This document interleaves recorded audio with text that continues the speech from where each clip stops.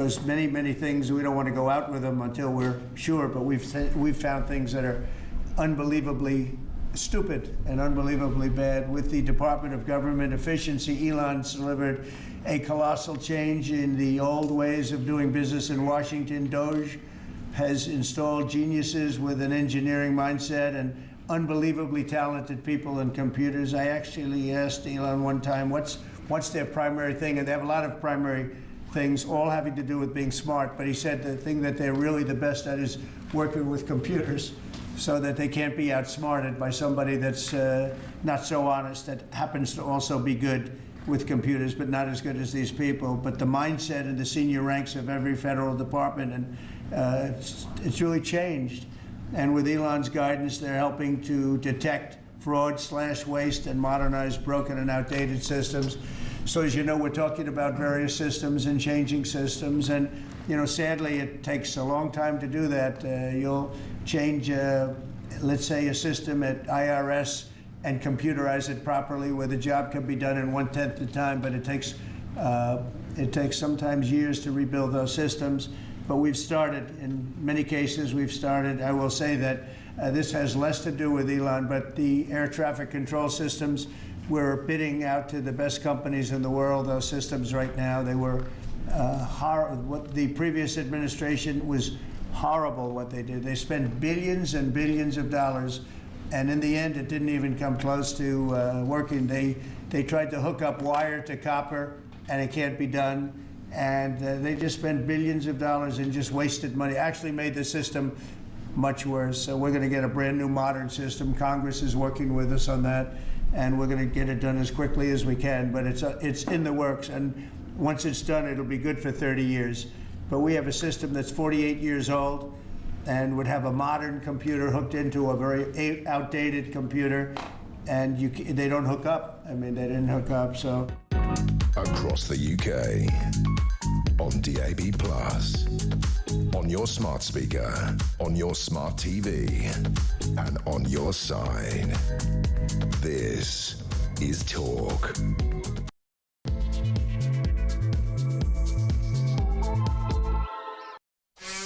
Good evening. We will return to Donald Trump's press conference with Elon Musk later, but we believe we have a more important story to bring you, one that is more important to this country. So I'm going to tell you what we've got coming up in this show, and I think you might work out why we're going to give Donald Trump second place. So good evening and welcome to the Political Asylum right here on Talk. I'm Kevin O'Sullivan, and it will be my honour to steer you through 3 thrilling hours of news, views and distinguished debate. Now, at the age of 78, farmer John Charlesworth was looking forward to passing on the South Yorkshire family farm to his son and daughter. Then came news of Chancellor Rachel Reeves's hated inheritance tax raid, which could add up to his family losing up to 50% of their farm, which they have owned for more than 70 years, right since the 1950s, through generations, in order to beat the Labour government's cruel attack on Britain's shell-shocked agricultural community. Poor John took his own life. At his inquest in Sheffield, recording a verdict of suicide, the coroner told the hearing that it was John's fear of the consequences of Labour's inheritance grab that drove him to despair. Tonight, John's devastated son, Jonathan, joins me to tell of his fury over a government policy that has been compared to a dagger through the collective heart of Britain's farmers, a ruthless financial attack that for many of them makes it no longer viable to pass on their land from generation to generation. John's story is a tragedy that one would hope will send a message to Starmer, Reeves and this socialist government that their actions have consequences. 0344499 1,000. Let's go right over straight away to Jonathan Charlesworth. Jonathan, thank you so much for joining us. First of all, may I say I'm so sorry for your loss. Our condolences are with you, of course. Before we get to the details, I mean, how are you feeling about, you know, this tragedy for your family? I mean, you must be devastated, but also absolutely furious. Oh, it's been absolutely awful. I mean, it's been, in fact, the inquest was 7 months to the day from when it happened. It was my dad's birthday, 6 months to the day from when it happened, and there's not a day goes by where we don't miss him, both on a personal level and on a farming level. I mean, it was even at 78. It was amazing how much work he was still doing. He was happiest at work on the farm, and miss that, and miss our chats on a morning and chats on an evening where we discussed the way forwards and discussed what we were going to do. And we didn't always agree, but we always came to a conclusion of the right way forward in the end. And you know, he was a wise man, my dad, and I really do miss his words of wisdom. And the backdrop to this, Jonathan, was that while your dad and you and your sister were getting used to this terrible diktat from the Labour government and the implications that it might have, you're all looking after John's wife, or your mother, Carolyn, who's got dementia. So this has been a very, very difficult time for the family. Well, it has. I mean, my mum had very bad dementia. We actually lost my mum in February. It took her in the end, but again, the cost of care was a frightening prospect, because that was another thing that my dad did very well caring for her, but it could have been, you know, that would have eaten into any assets as well, the care costs, because as soon as you've got any assets, then and you go into care, it's taken off you. It's you know, if you don't own anything, you get it for free. But anybody that's saved and worked hard all their life, it's another way of clawing all the things you work for. It's all you know, it's all taxed back one way or another to the government. I mean, so your dad, John, did this for you, didn't he? He took his own life in order to beat this dreadful inheritance tax. I mean, did he leave a note or anything? He left a brief note, but that was more personal than anything. The sort of months and certainly weeks leading up towards the budget, because obviously he took his life the day before the budget, which was no coincidence. The only thing we discussed was inheritance tax. We all knew it was coming in. We didn't know how much it was going to be, what the thresholds were going to be. And my dad was just frightened to death that all his hard work could go down the drain.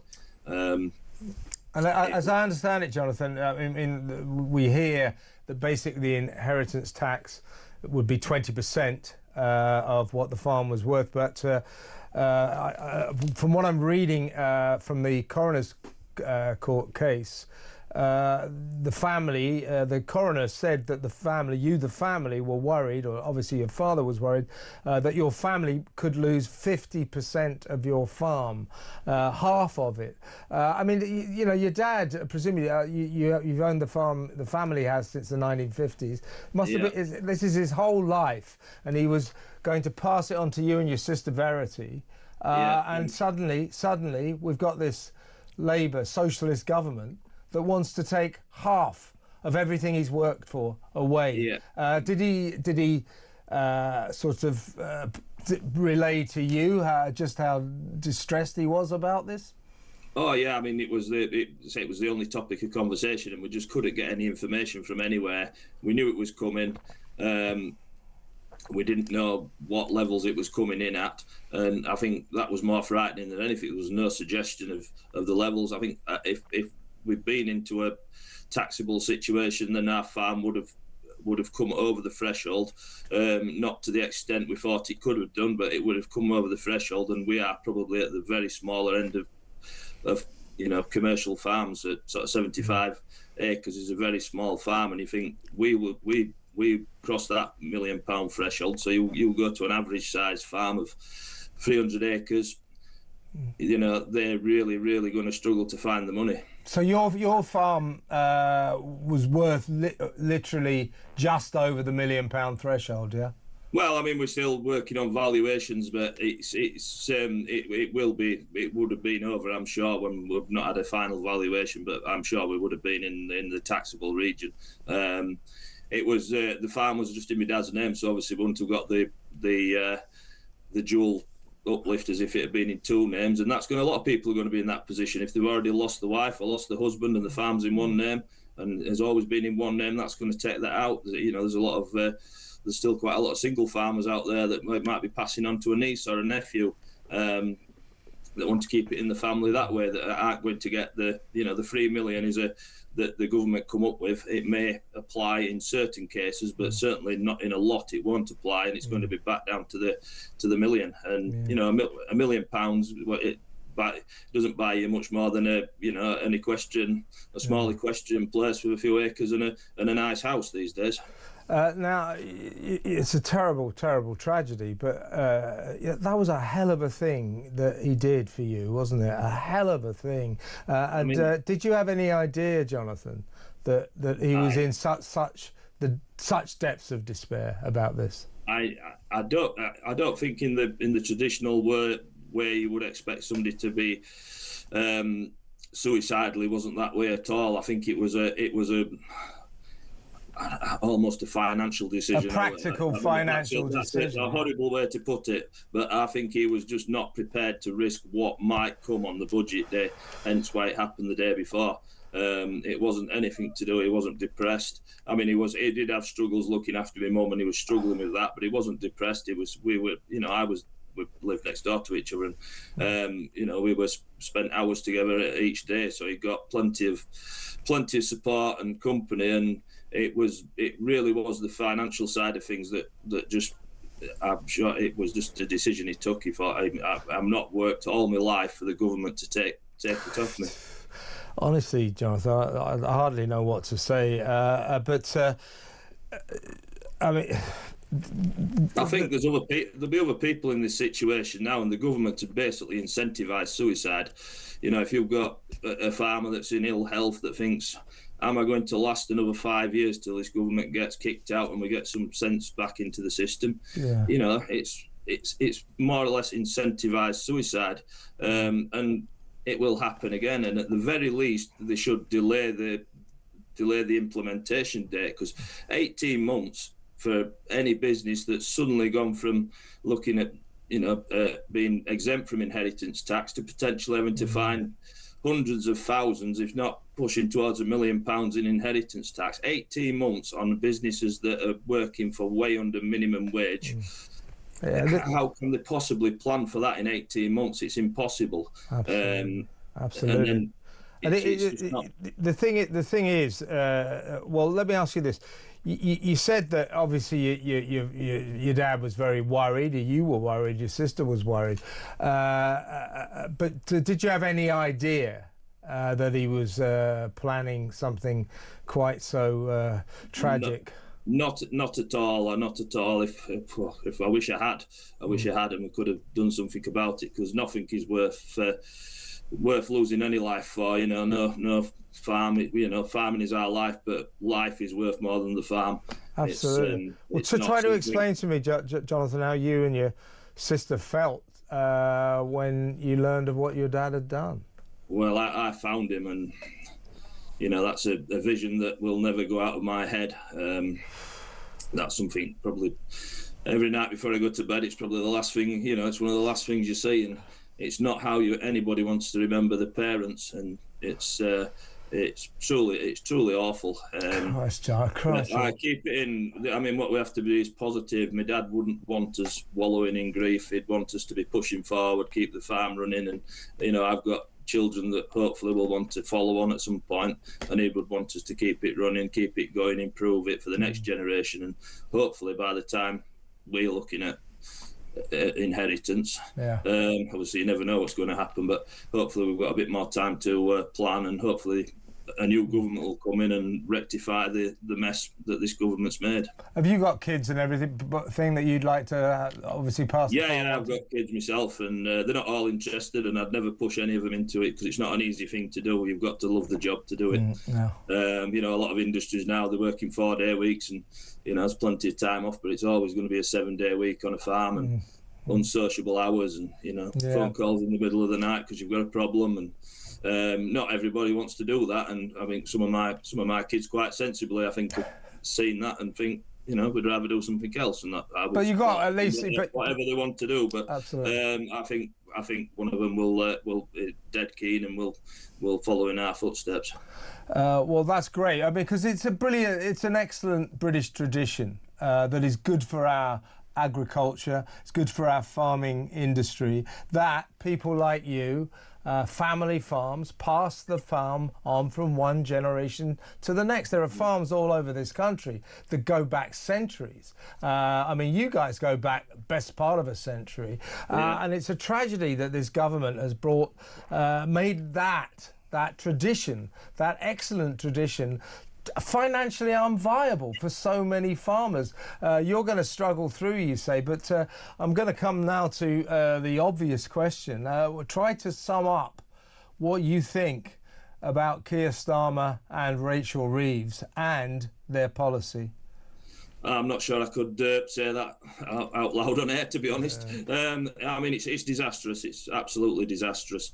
I think they don't understand how agriculture works. They don't understand how much work people put in and how little profit they take out. I mean, yes, what they can see is we're asset rich, and we are asset rich, but it's almost like having 2 million in the bank that's locked away and you can never use it.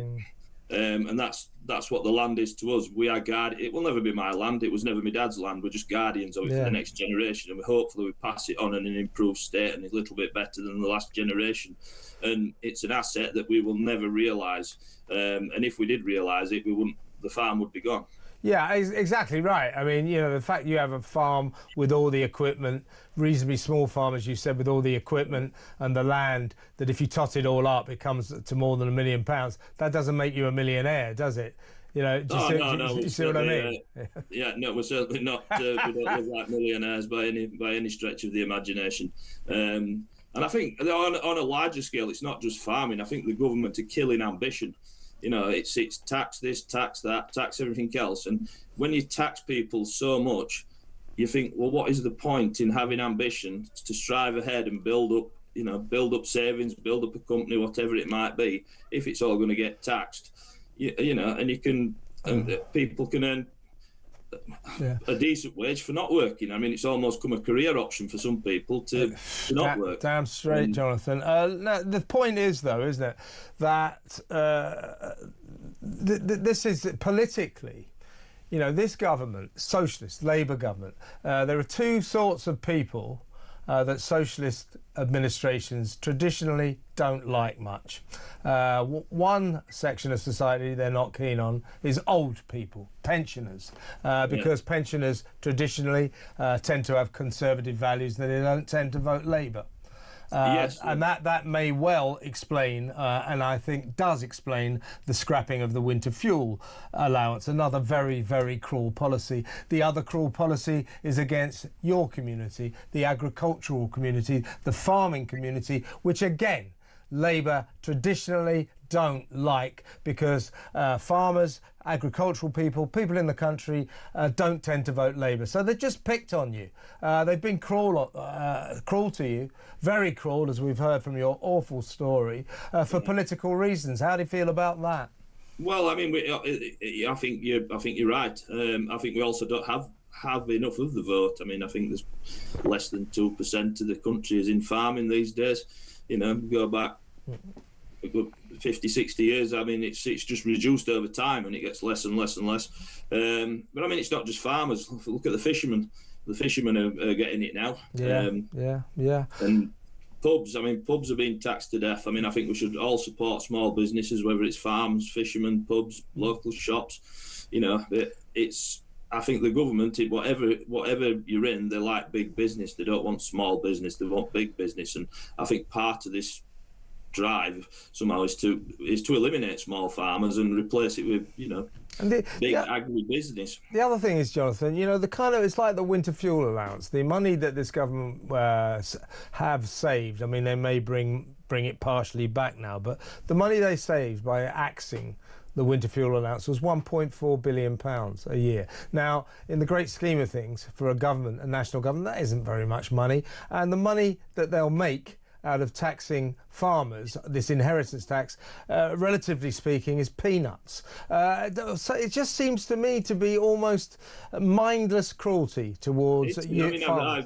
I read somewhere that it's almost going to cost more to administer it than what they're going to take in inheritance tax payments. Mm-hmm. I mean, personally, I think inheritance tax for anybody is a divisive tax. When somebody's worked all their life, they've been taxed on their earnings, and then they've saved what they haven't been taxed on, and then that's been taxed on with the interest, and everything is taxed.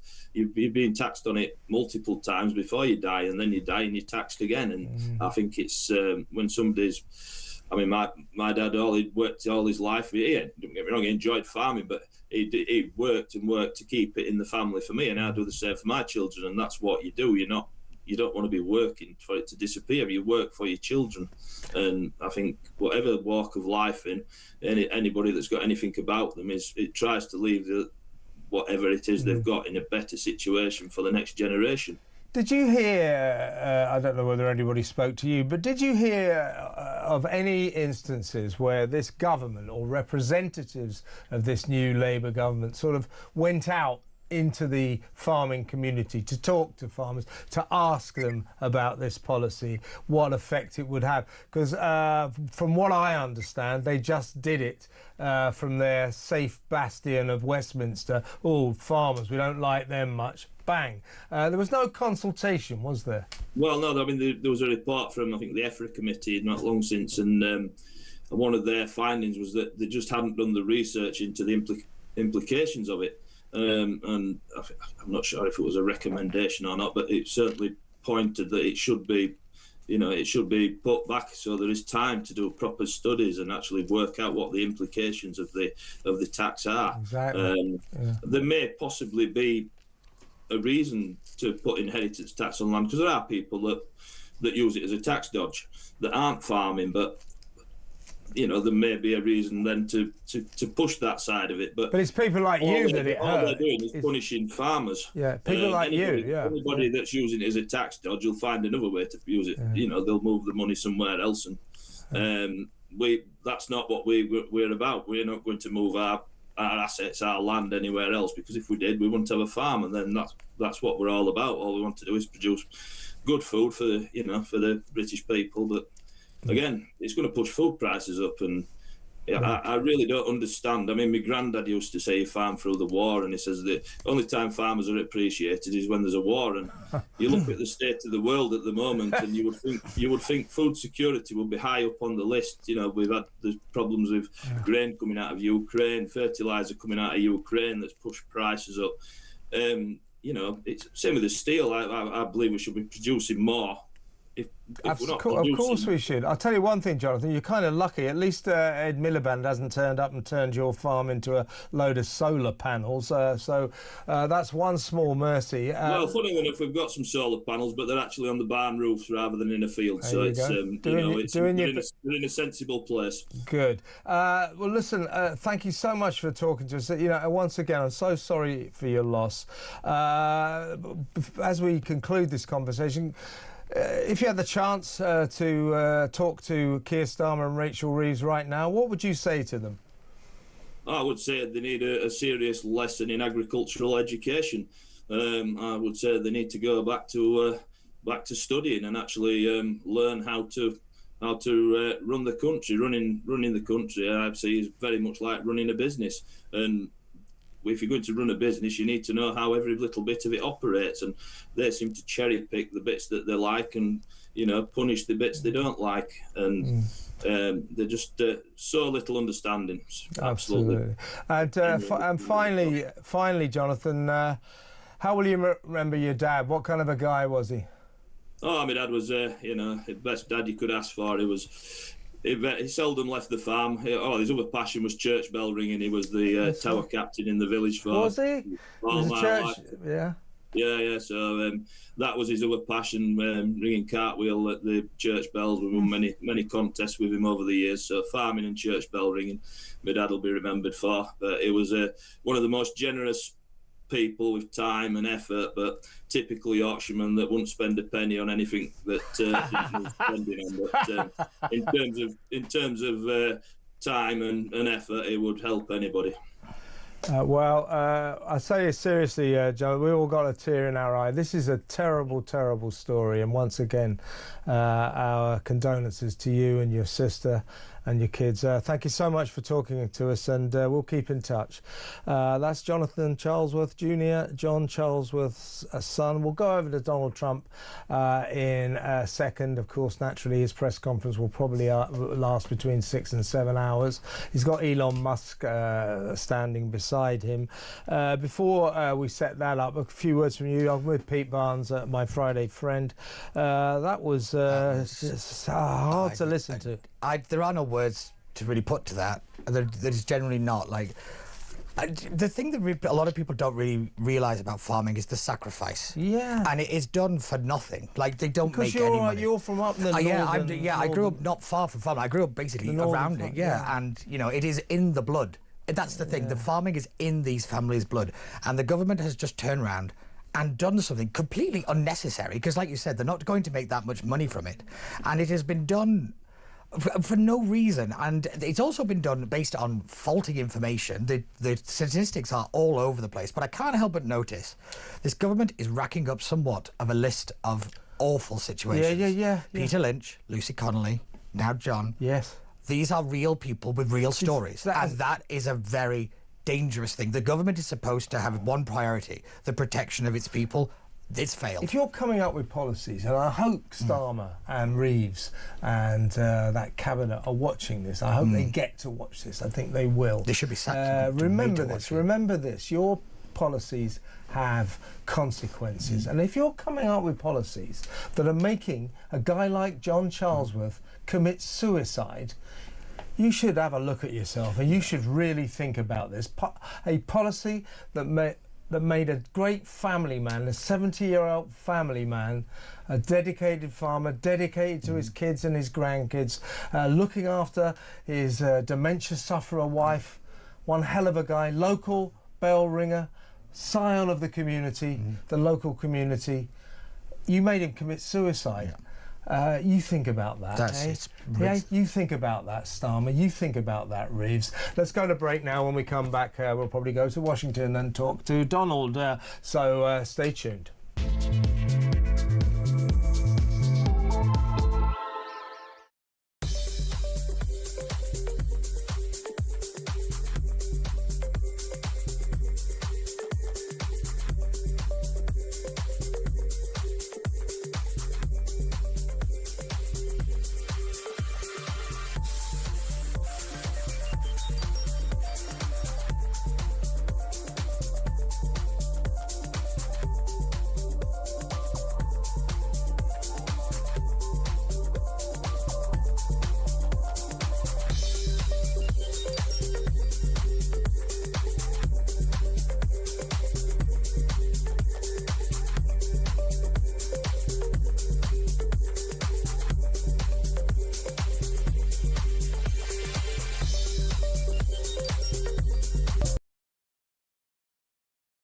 Keir Starmer talking about fantasy economics. It was last June, if you recall, the Labour manifesto claimed that they would increase spending by £10 billion. 3 months later, their first budget, just 3 months later, they announced spending increases of £60 billion. And since then, they found a further £30 billion on their magic money tree for Chego. So people listening to this programme understand that just like the Tories, there always seems to be infinite money for foreign citizens.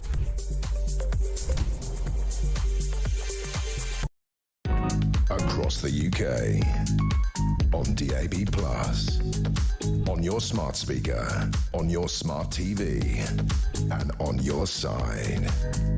This is Talk.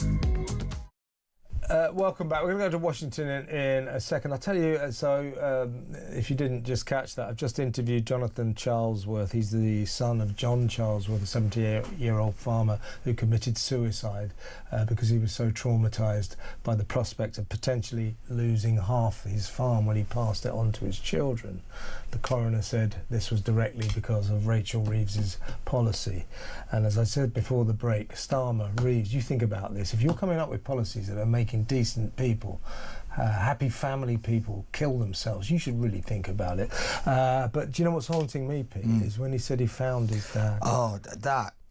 Like he said, that will be the last thing he remembers every night. Jonathan walked into his dad's house and found him. That's horrific. Found his beloved dad dead, killed himself.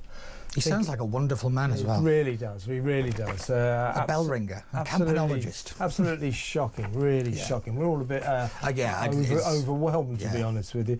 Now, well, let's come crashing back down to earth, I guess. Now, in other news, as it were, kind of Washington sensation today is Elon Musk is accused in the New York Times of taking huge amounts of ketamine while spearheading Donald Trump's Doge efficiency drive. The New York Times is reporting that while rising to political prominence, the world's richest man also regularly consumed ecstasy and magic mushrooms. These are astonishing revelations as Musk departs the White House, criticising the president's so-called big beautiful bill, his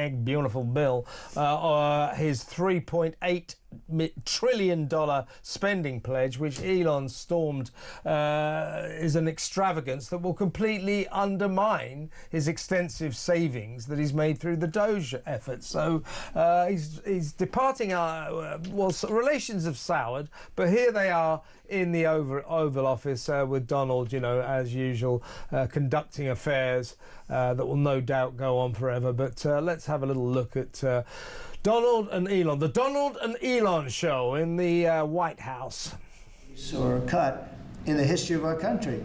I'd like to see it get down to an even lower number. I was shooting for a slightly lower number. I would have liked to have done that. But with all of that being said, when you look at the tax cut and the fact that the original tax cut, which made us so successful, we had the most successful 4 years in the history of our country, the economy, and this is going to be even better. And you see that by the reports that came out just yesterday or tonight. I guess they were released this morning at 8 o'clock. You see the kind of numbers where somebody that's a pro is like, whoa, I haven't seen numbers like this since I've been doing this. These are human emotions of professionals that have never seen numbers like, and we've just started. The bill is a great bill. It's going to be jiggered around a little bit. It's going to be negotiated with the Senate, with the House. But the end result is it extends the Trump tax cuts. If it doesn't get approved, you'll have a 68% tax increase. You're going to go up 68%. That's a number that nobody's ever heard of before. You'll have a massive tax increase. If it does get approved, you'll have a large tax cut, the largest we've ever had. When you add the past tax cuts that we got you, the Trump tax, they call them the Trump tax cuts. It's an amazing bill. It does amazing things. With all of that, it's going to be adjusted a little bit over the next coming weeks, and I think it's going to be passed. The Republicans want to pass it. With all of the great things it does, including an extension of debt, it's the extension. We have to extend the debt. If we don't extend debt, we're in default. Now, the Democrats might like our country to be in default, but in 250 years, we've never been in default. That was handed to them by a very well-meaning man that gave it to them because he thought it was the right thing to do. It could have been their problem before the election, but this man thought it was the right thing to do, and he was well-meaning. I don't hold anything against him for that, but that was put on our plate when it should have been on the Democrats. September 28th, a famous date. It should have been taken care of by the Democrats, but this person, a man of power, gave it to us so that in June that comes due. Well, we have to take care of that, because if we don't take care of it, we have a country in default, and we don't ever want to have a country in default. I'll tell you, a certain senator, Elizabeth Warren, said that she would never, ever allow a default on our debt. She would never let it happen, and she would like to get rid of the debt ceiling, what's called the debt ceiling. I call it the debt extension because we really need an extension, that she'd like to see that gotten rid of. And there are many people that agree. Many Democrats agree with that. But we gave that through, and you know, I don't want to say an error. He did it well-meaning. They gave that to us. It was a Democrat problem just before the election. Would have had a huge impact on the election. And to our benefit, we won anyway, but to our benefit, but felt that really for the good of the country, we should extend that. But Elizabeth Warren and various other people would like to see that, her whole career she wanted to see it terminated, gotten rid of, not being voted on every 5 years or 10 years. And the reason was because it's so catastrophic. There's old Donald Trump, perhaps not being at his most entertaining, but earlier, while we took the decision, I hope you think we were right, because this is an important press conference in the Oval Office. So we had to make a decision. Do we go to Washington and not run our interview with Jonathan Charlesworth, the heartbroken son of John Charlesworth, who took his own life because of Rachel Reeves' inheritance tax grab on farmers? We took the decision to run that and let Donald Trump and Elon Musk take second place. But he's droning on about Doge and the savings made. As I said earlier, actually, relations have soured between these two because Donald Trump has announced what he calls his big, beautiful bill, and that is a $3.8 trillion spending pledge. Now that is vast, and Elon Musk has essentially said, well, what was the point of me making all these savings if you're going to start spending money like a drunken sailor? He said, you've undermined Doge. So there's a bit of a parting of the ways under a bit of a cloud here. But worse than that for Elon is the New York Times has come out with this extraordinary story saying that he has engaged in extensive drug consumption while serving as Donald Trump's close advisor, taking ketamine so frequently. These are allegations, by the way. Elon Musk has not really spoken of them yet. Taking ketamine so frequently it caused him bladder problems, and he travelled with a daily supply of 20 pills. That's according to the New York Times. He also is accused of allegedly regularly consuming ketamine, ecstasy and psychedelic mushrooms as he rose to political prominence while donating $275 million to Donald Trump's presidential campaign, and we know the rest of that story. So really what the New York Times is saying, that throughout all this guy's been off his face on drugs. Now, the New York Times in the Oval Office just now, tried to get a question in, and Donald Trump shut them right down. And Elon Musk reported, or sort of rather snappily replied, oh, is that the same New York Times that ran the fake Russiagate story? So in other words, trying to sort of say, well, the Russiagate story was fake, to be fair. Trying to say, oh, well, yeah, here they go again. These drug stories, fake, fake, fake. So there's been that story has not been broached properly in this press conference. It may do later, and we'll try and bring you that when it happens. But if we stay with this now, folks, trust me, they're going to be talking about what brilliant savings they've made in this department, that department, how wonderful everything is, and they'll be doing it until about 9 o'clock. So I hope you agree with me again. We're going to cut away from the Oval Office. If the drug issue comes up, we'll go back to it. I promise you that. I'll tell you what, look, why don't we take a break now? When we come back, me and Pete will discuss some of the bigger stories of the day. Stay tuned.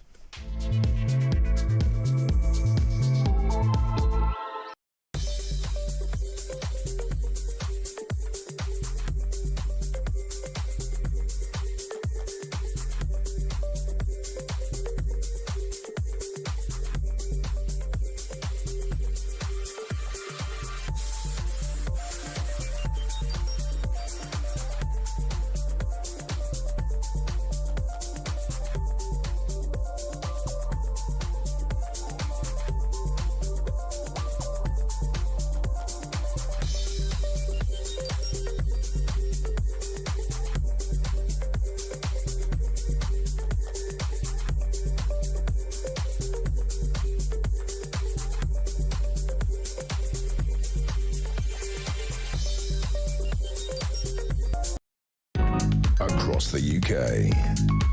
On DAB+, on your smart speaker, on your smart TV, and on your side. This is Talk. Right, well, this is television verite, folks. We're making this up as we go along. But over in what I just said, we're going to leave them to it. But the press are now asking questions, and we're hoping that at least someone might get a question in about Elon Musk's alleged drug use. By the way, do you remember when Donald Trump and Elon Musk and everybody criticised, and J.D. Vance criticised Zelensky, the Ukrainian president, for the scruffy nature of his apparel, his clothes, when he came to the White House? Well, it's good to see that Elon Musk has put his very best clothes on today, looking absolutely sartorial, tip-top.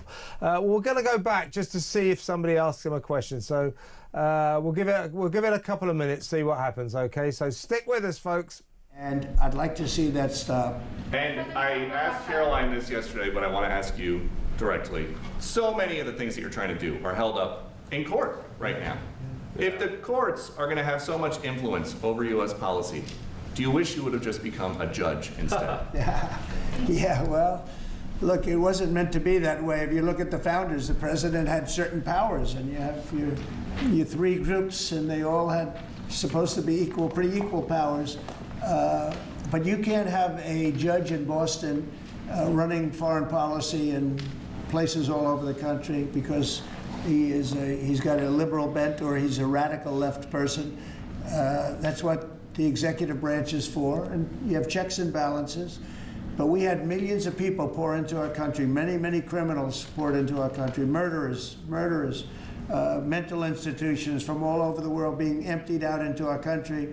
And if we don't get them out and get them out quickly, could lose your country very easily. This is a bad, that anybody would allow this to happen to our country. You know, with all of the things, we took over inflation, we took over some wars, we took over a lot of problems that didn't exist when I was president. None of it existed. We wiped out ISIS. Other than that, we had no wars. Putin was never going to hit Ukraine. Israel would have never been attacked. That attack, as you know, Iran had no money. They didn't have money for Hamas. They didn't have money for Hezbollah. They had no money whatsoever. That wasn't going to happen. All of these things that happened weren't going to happen. You wouldn't have had inflation. So it's very sad when I came back. But the thing that is the hardest is that they allowed 21 million people into our country, and many of those people are stone-cold criminals. They moved their criminal population into the United States, and of all the things that, you know, are bad, I solved inflation, I believe, already. I got the fuel prices down. The fuel prices came down. That's one of the reasons. They screwed up the energy. They screwed up the cost of gasoline and oil and gas. And you had tremendous inflation, the greatest inflation probably in the history of our country under Biden. And when people said, oh, but the economy was, no, the economy was terrible for the people because they couldn't afford the energy. And the energy brought everything else up. Energy is the big deal. But with all of that, we solved that already. In 4 months, we solved it. $1.99, $1.98 gasoline. First time people have seen that in a long time since my term. But the hardest thing to solve is millions of people pouring into our country, many of whom are criminals. Because remember, these countries are smart. Their leaders are very street smart. They're sending the people that they don't want. They don't want the people that are there, that are law-abiding, that are productive, that are working hard.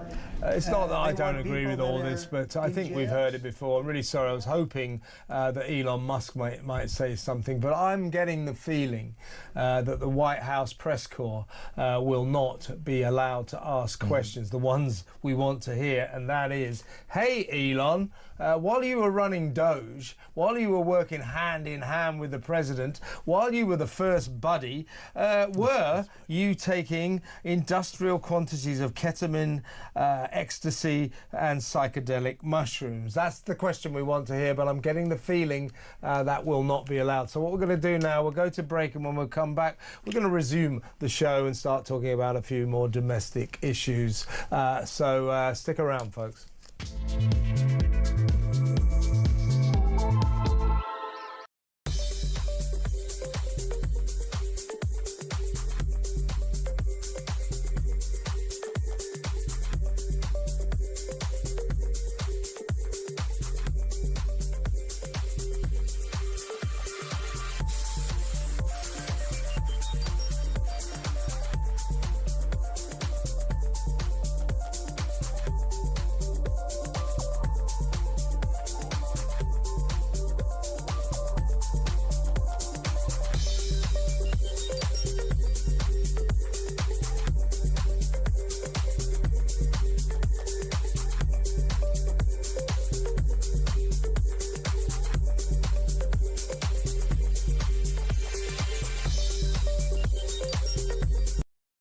part of the HR network. They are specialists who deal with equality. They will advise on policy. They will help support HR when it comes to complex and difficult cases. That's the sort of work that they're doing. You're talking about 500 people out of an organisation of more than 500,000 that are working on this particular area. It is not extraordinary.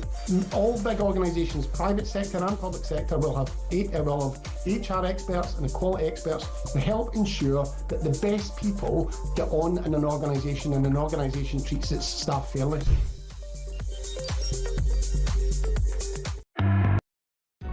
Across the UK, on DAB+, on your smart speaker, on your smart TV, and on your side. This is Talk. Welcome back. We will go back to the White House if Elon Musk gets asked about the drugs, but I don't particularly find it all that interesting, Donald Trump and Elon Musk boasting about what a great job they've done with Doge. I'm all in favour of Doge, by the way. I think what Elon Musk has done in theory is great, but them boasting about it for hours on end and not talking about the interesting story, the amount of drugs that Elon Musk was allegedly on during all of this. If they're not going to talk about that, you know what I mean? You know, it's getting late. Let's go to bed. Seriously. So let's, with Pete Barnes, my Friday friend, political strategist, of course, we're going to squeeze in all the stories we would have done over the past hour. So please excuse us if we talk kind of really, really quick. Like that. Okay. No, seriously. Let's start with what I think was a shocking story. This is the Attorney General, a guy called Richard Hermer, now Lord Hermer, who was ennobled, made a lord by Keir Starmer, his old lawyer mate, his old human rights lawyer mate, as one of his first acts when he became Prime Minister. Now, Hermer is a controversial character, to say the least. He's one of these lefties who doesn't really like Britain. He's the architect of that ludicrous Chagos Islands deal. Let's give away these islands for no reason at all, because they're a symbol of evil British imperialism and colonialism, you know, that kind of crap. Anyway, he's that kind of a guy. Doesn't really like Britain, very left-wing. Anyway, he has made a speech in which he essentially compared Nigel Farage, Reform UK, Robert Jenrick, many Tories, me, Pete Barnes, many of you, all of us who think we should leave the European Convention on Human Rights, and of course by extension the European Court of Human Rights, that court, that foreign court that can rule us, can tell us what to do. You know, we want to deport this migrant. He's a paedophile drug dealer. Oh, no, you can't. This is the ECHR. He has a right to a family life. All right, then he can stay. That's the ECHR. Now, all of us who think we should leave the ECHR were essentially branded by this guy Hermer, Lord Hermer, the Conservative Attorney General, as Nazis. Compared us to Nazis. He said that kind of talk echoed similar demands in the 1930s in Germany, as the Germans, the Nazis, rejected international law and human rights in favour of state power. So this guy accused me, Pete Barnes, many, I would suggest probably all of you, the many people in the Tory party, all the people in the Reform UK party, of being Nazis or being like Nazis. That it was just he's grovellingly apologised. Obviously Starmer's got on the phone and said, Richard, I'm sorry you've gone over the top here, and he's had to apologise. But what an outrageous infantile thing to say. It's infantile, but I think I've been called a Nazi so many times since 2016 it doesn't mean anything anymore. No, well that is a huge problem. Because we have to be real, there are still people... Yeah, but it should be. Yes, and it should be something. He knew what he was doing. Yes, and this is what annoys me about this apology. It's not real. It's a forced apology. He said he was clumsy language. He knew exactly what he was saying. You don't get to be a person like him by having clumsy language. You just don't. And it annoys me no end with these fake apologies that they just wheel out. Lucy Powell was exactly the same. You know, it's a fake apology. It's just done to kind of cover it over and like, well, let's all carry on. Enough. This has to be enough. You know, I am absolutely sick to the back teeth of having to have this argument that language actually matters. And when you go around calling people a Nazi, it genuinely means something. But this guy, this is typical of people like her. Yeah. You know, arrested development people who philosophically and politically never really left the sixth form debating group. And they think anybody who's right of centre is Adolf Hitler. That's their standard issue criticism of those of us who might not vote Labour.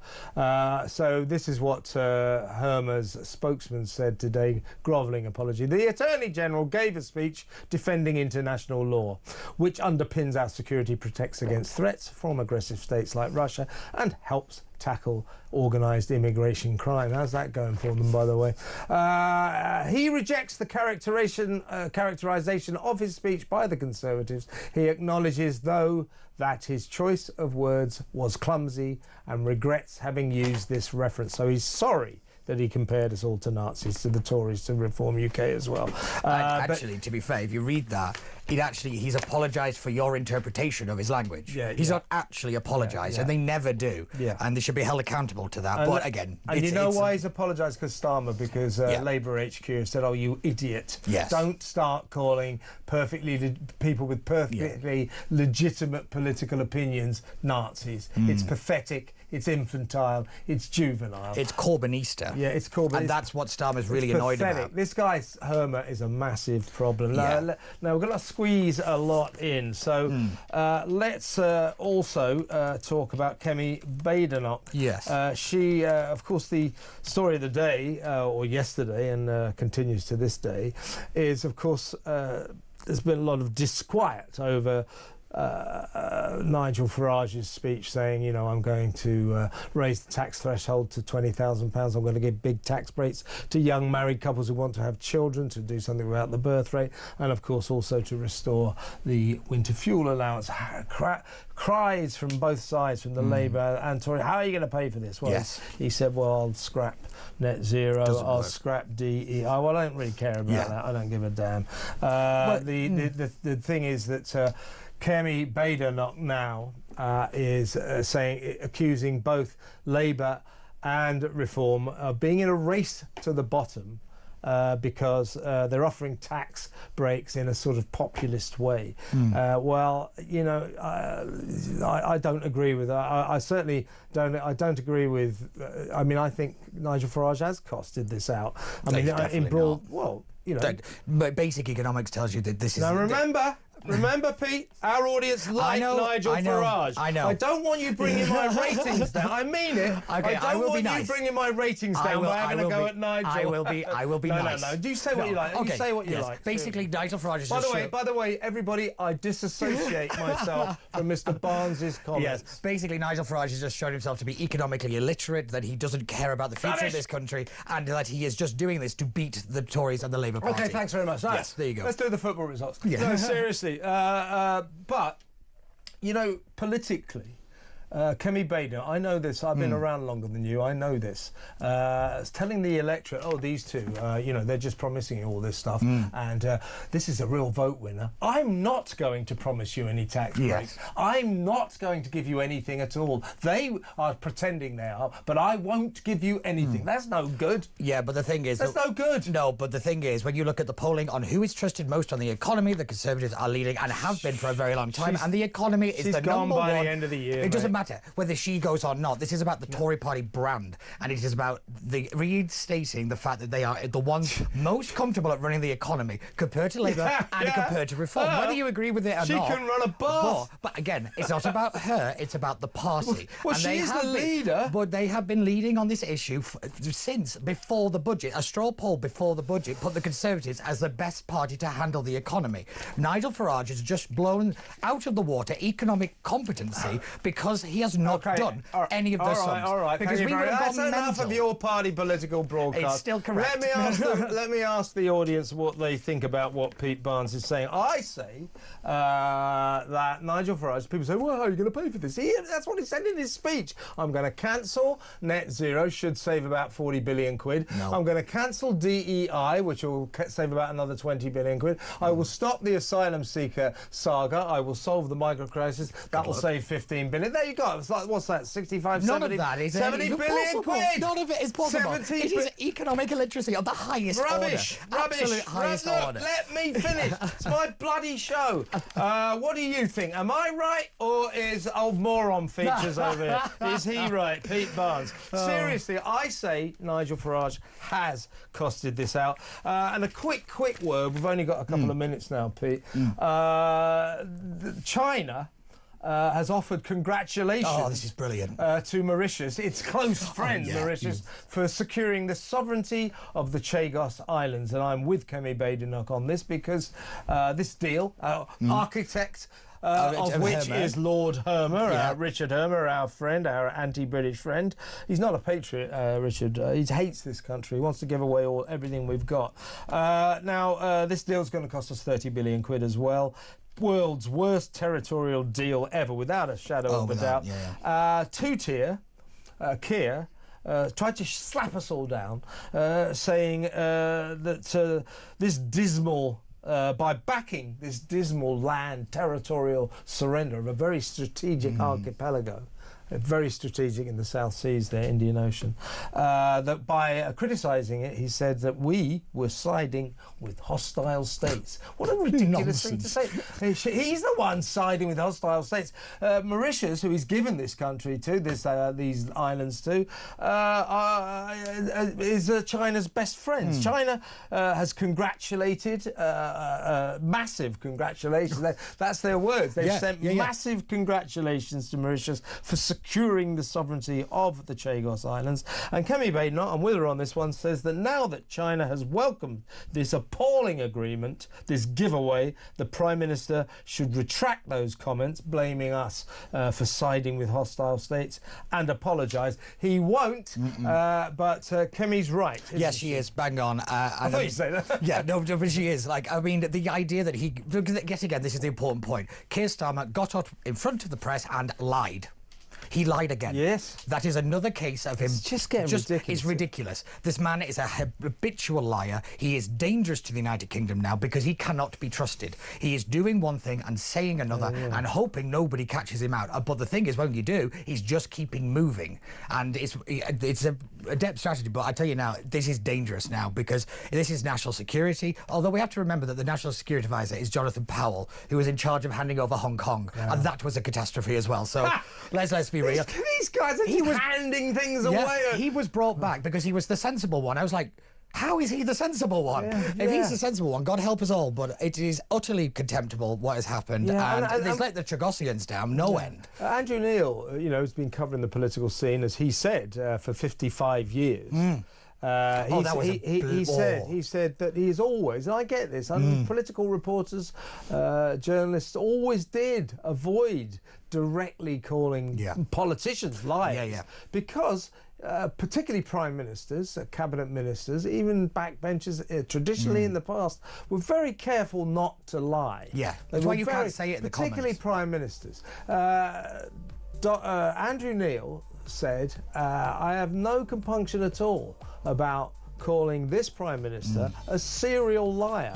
He said he has turned lying and gaslighting this nation into a full-time pastime, and that is outrageous. This guy Starmer just lies and lies. By the way, get on the phone and let me know what you think about that interview I did earlier with the heartbroken son of a farmer who killed himself, who committed suicide because of the inheritance tax raid, because of Labour's cruelest policy.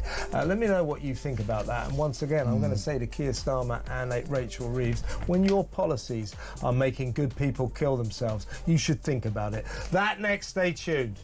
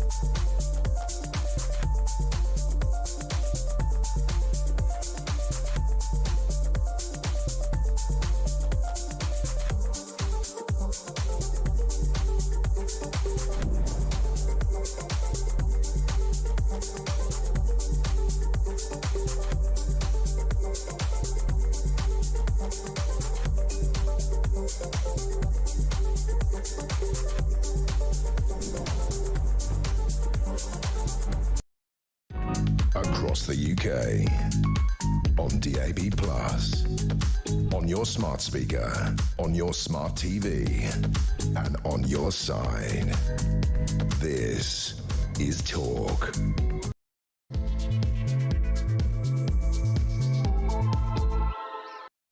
Welcome back. Well, we were flitting across the Atlantic for that first hour, weren't we? From here over to the White House and then back to the White House.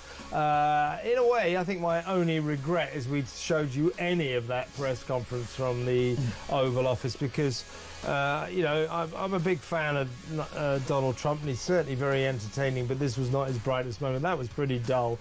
In the end, he handed a key, a big golden key, to Elon Musk, his departing first buddy, who's going back to run his own businesses. And that key apparently is to the White House pharmacy so that Elon Musk can get his hands on all the drugs in there. No, that's a joke! That's a joke. But seriously, he stands accused by the New York Times today of copious drug use while he was running DOGE, the Department of Government Efficiency, and in his rise to fame, as it were, while he was helping Donald Trump on the campaign trail. No response yet from Elon Musk, except for to slap a reporter from the New York Times down during that press conference. So a guy stood up, New York Times, and Elon Musk went, "Oh, is that the New York Times that ran the fake Russiagate story?"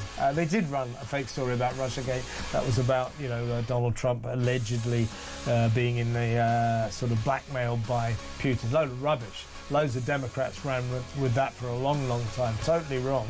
Totally disproved. So that was Elon's way of slapping down the New York Times, sort of implying that they've done another Russiagate fake news story. So that, you know, Druggate or whatever you might call it. But so we don't know that. Let's be fair here. I mean, we've seen Elon Musk in the past smoking joints on Zoom in California, but that's legal there and all that. So, but we don't know the veracity of these stories because as yet there's been no response from Elon Musk or the White House. But we're just letting you know what is in the New York Times. The New York Times, you know, for all its faults, and they are many, I don't think you could call it a sensationalist paper. So there's certainly allegations that should be taken seriously. If anything does crop up, if we hear anything, of course, we'll let you know. I'm still with my Friday friend, Pete Barnes, political strategist. We've had our traditional massive row. We've not had a row in ages. Yeah, well, it's good to have it. Yeah, you've got to get it out of the system every now and then. Yeah. And I want to hear from you. You know, I say Nigel Farage has costed out how he's going to make all these savings and give us all these tax breaks. Pete says he hasn't. Absolutely. No, we won't go back to it. Don't start again. You know, I'm just stating you disagree with it and I start. Okay, so I say Nigel Farage has costed it out. Pete says he hasn't. So let me know where you stand on this. Don't you think Nigel Farage did explain, right? I'm going to save 40 billion, get rid of net zero. God, I hope he does that. Get rid of DEI. Hope he does that. No more asylum seeking problems. Hope he does that. And he says that adds up to 65, 70 billion pounds. Now Peter Barnes will say, well, he's just plucking figures out of the air. What do you think? What do you think? Has he costed it out? I mean, it's broad brushstrokes, obviously. We've got 4 years to go. But I think he's on the right track. I think there are massive savings to be made in this country just by getting rid of loads of these ludicrous virtue signalling claptrap policies that we waste untold fortunes on. So let me know where you stand on that. 03444991000.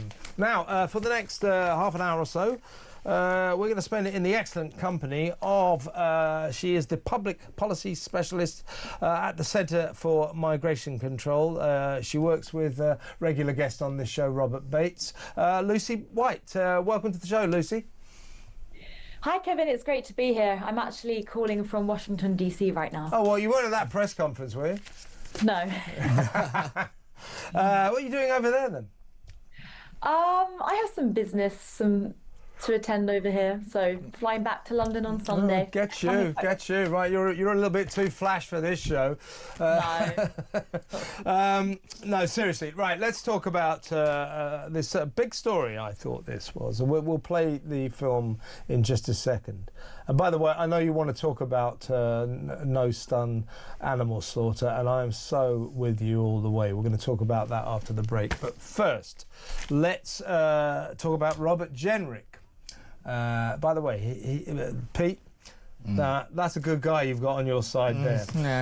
Robert Jenrick, the Shadow Justice Secretary, as is well known now, yesterday released a film. He went into a London tube station and just filmed all the people bunking the fares, dodging the fares. Now, I don't know if you live in London, Lucy, and use the tube much. I know Pete does. Well, we see this. I mean, I use the tube way too much. I'm always on the damn thing. I actually live underground. I feel like I'm a rabbit or something. But seriously, I see, I'm not kidding you, I must see 100 people every week doing this, and often with me. So they tailgate you as you're going through the barrier with your ticket, your legal pass. Boom, they come through with you. I have this technique. When I sit, I go like this. And I stop them, and then turn around and go, pay your effing fare, and then the barrier's shut. They either get sort of really entitled, go, oh, what are you doing? Well, I'm just sort of stopping you dodging your fare, or they just shrug their shoulders and go to the next barrier. It is generic. It's generic. That's setting up. Robert Generic. No, it's generic. It happens. You know this, Lucy, and it's infuriating, and it's symptomatic of the low-level law breaking that is getting worse and worse and worse. Smoking dope on the street, shoplifting. Now, I said last night, if you go easy, if you don't punish the small crimes, if the small crimes go unpunished, I said it's got poetry. If the small crimes go unpunished, the big crimes will flourish, and that's our problem. We're not punishing small crimes, and the tube system is a joke. So let's have a look at Robert Jenrick's excellent film. Excuse me, do you think it's all right not to pay? Seriously, why do you go back through the barrier and pay? Do you want to go back and pay like everybody else? Do you think it's all right not to pay? Why don't you go back and pay? You can say off as much as you want. Oh, no, but everyone else has to pay. You're carrying a knife, you say? Nearly 1 in 25 people using London's public transport aren't paying for it. So there's 8 officers down there, but 1 minute away, that gate's wide open. It's also just annoying watching so many people break the law and get away with it. Or at least most of it. Right, should we go over here to these guys here? Excuse me, gents. Hello. You're on camera, mate. You're bang to rights. Just step to the side. All right, thanks very much, guys. It's the same with bike theft, phone theft, tool theft, shoplifting, drugs in town centres, weird Turkish barber shops. It's all chipping away at society. The state needs to reassert itself and go after lawbreakers. Well, Lucy, as a regular user of the tube system here in London, you must have been you must get as angry as I do. As everybody who pays their fare, you go, well, why am I paying when these people aren't? And then you see the TfL staff just standing around watching them. I challenged one of these workers the other week. I said, why don't you do anything about it? He says, well, we'd like to, but we've been told not to. They might be carrying a knife. This is ridiculous. Now, what I wanted to talk to you about, though, or both you and Pete Barnes here, is this. As a response to this excellent bit of work, that is how to be an opposition politician. That was great work by Jenrick, right? In response to this, these so-called journalists, a guy called, I don't usually like to mention rival stations, but I'm going to do it, Henry Riley, who works for LBC, he posts this thing on Twitter. Exclusive! Shadow Justice Secretary breaks Transport for London rules. LBC has had it confirmed that Robert Jenrick did not have permission to film on Transport for London property.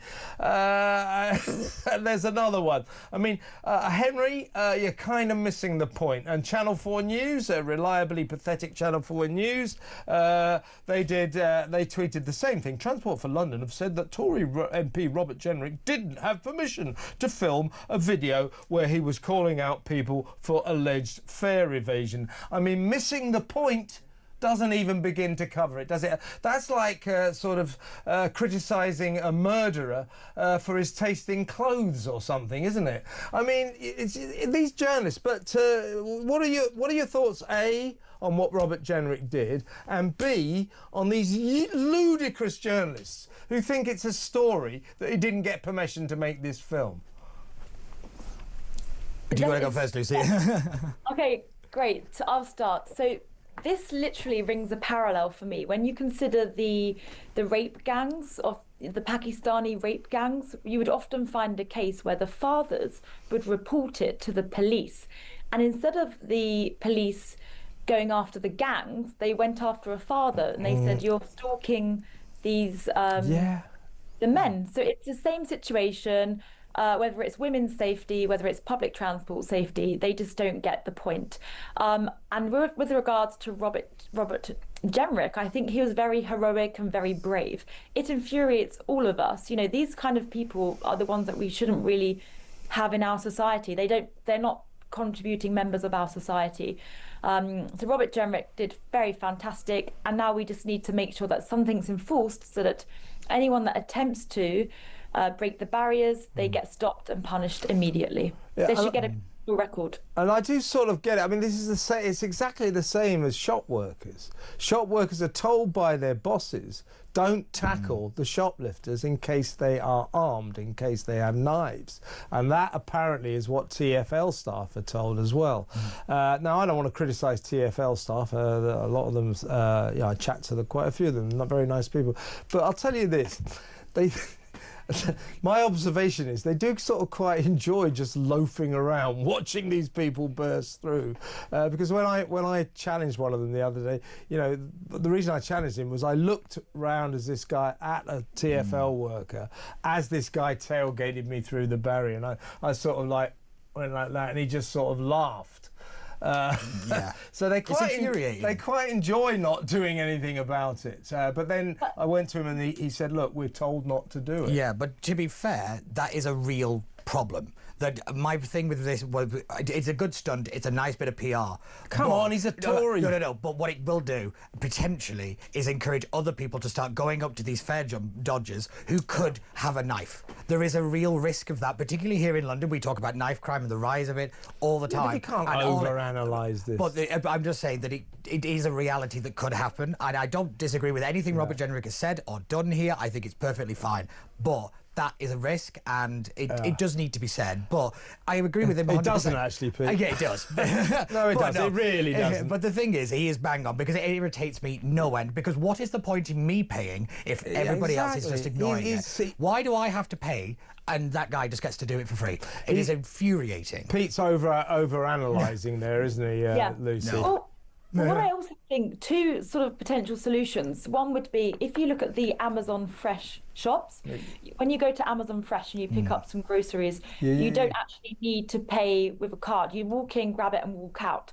That sort of system could be implemented where anyone who enters, they're automatically paying. And then That's a great idea. Yeah, go on. Yes, exactly. Public policy. So the second idea could be facial recognition technology. We're wandering into civil liberties. Yeah, I don't fancy that. But the Amazon idea, these are these stores where there's no checkout. The moment you walk out with the products, they're automatically registered and you have to pay before you get out.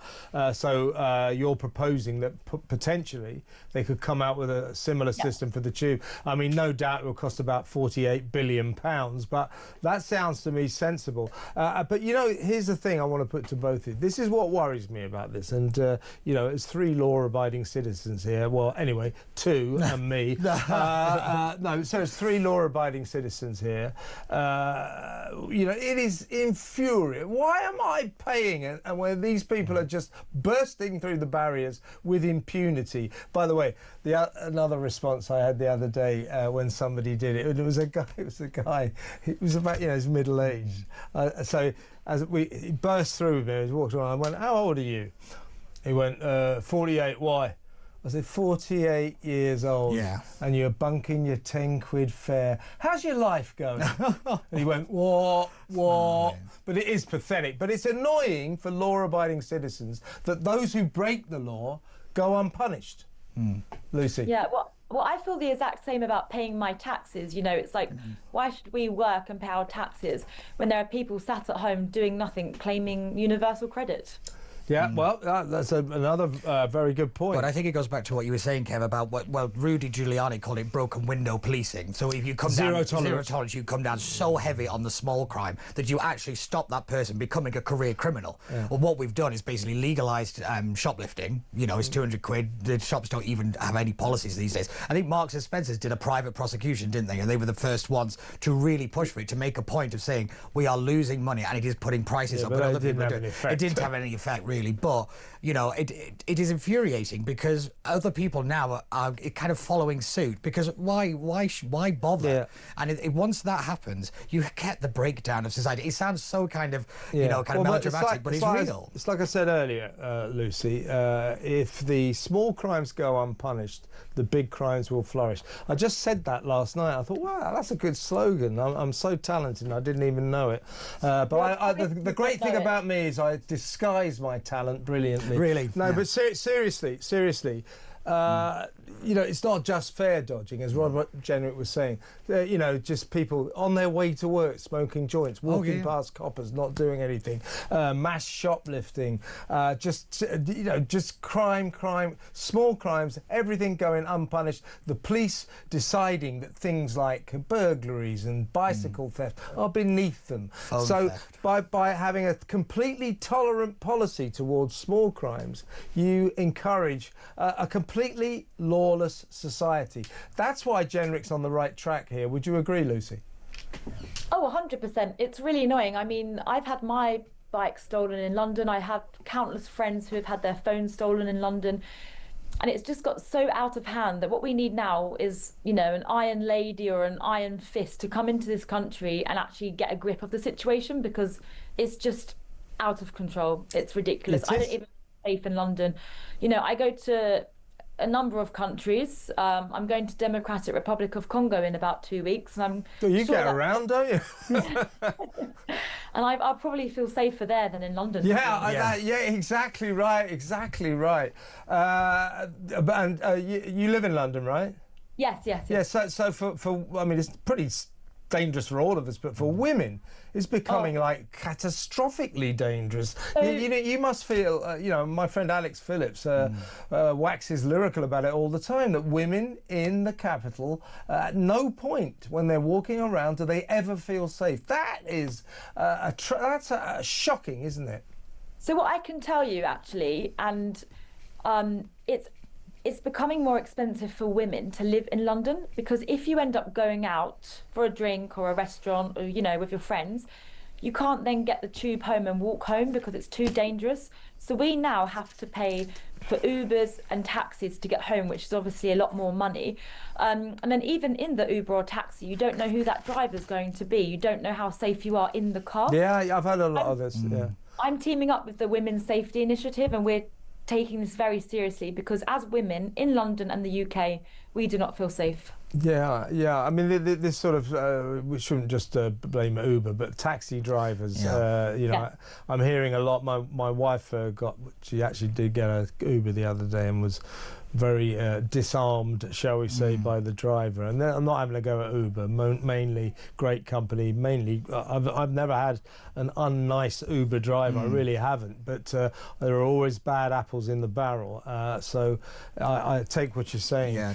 Just to throw a statistic out of that, in the last year, the number of women leaving London has more than doubled. Is that right? Yeah.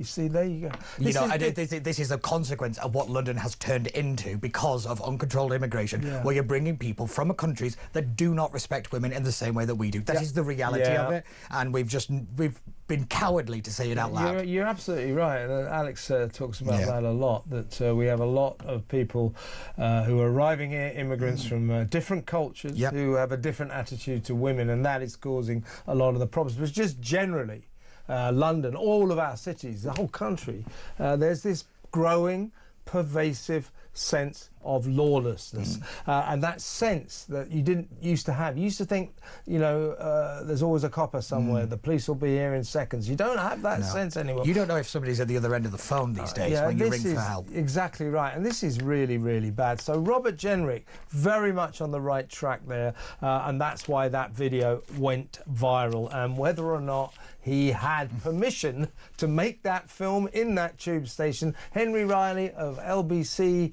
as I told you on Twitter, no one gives a toss. That's not a story, Henry. If you need any more help with journalism, you got my number. Actually, you haven't, and you can't have it. Right, Lucy, stay where you are. When we come back, we're going to talk about the sanctioned cruelty of non-stun animal slaughter. It's a growing campaign to stop this practice. So stick around, folks. We're going to talk about that next.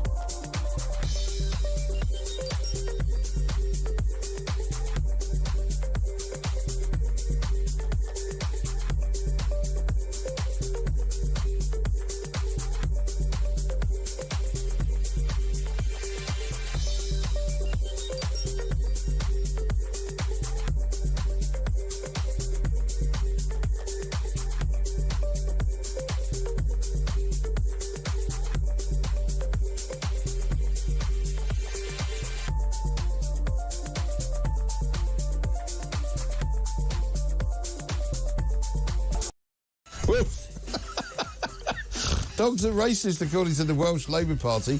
Deary me. Sorry. I can't help it. Apparently, that's breaking news. The economy has grown by 0.1%. I'm sorry, between July and September, according to the Office for National Statistics.